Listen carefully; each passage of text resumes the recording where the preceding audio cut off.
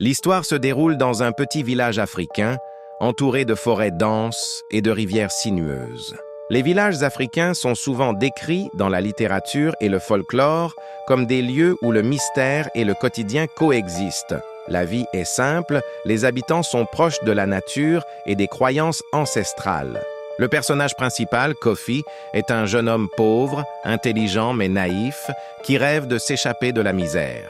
Il entend souvent parler du marabout du village voisin, un homme mystérieux capable de voir l'avenir et de manipuler le destin, mais qu'on craint et respecte profondément.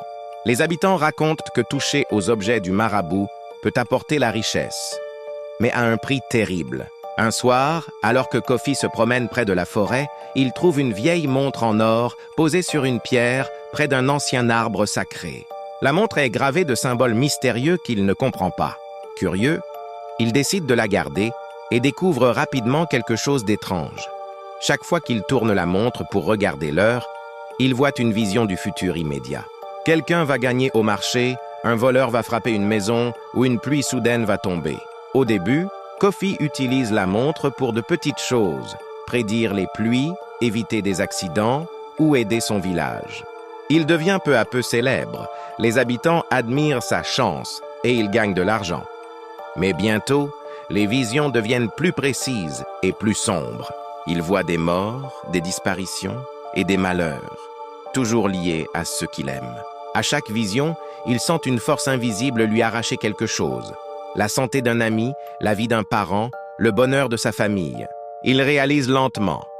La montre ne prédit pas l'avenir. Elle prend la vie des autres pour prolonger la sienne. Kofi devient obsédé. Il ne peut plus se séparer de la montre, même s'il voit ses amis et sa famille disparaître un par un. Sa richesse et sa sécurité augmentent, mais son cœur s'assombrit. Il tente de détruire la montre, mais elle revient toujours, comme si elle était vivante. Les anciens du village commencent à murmurer « Celui qui touche le marabout ne joue pas avec le destin.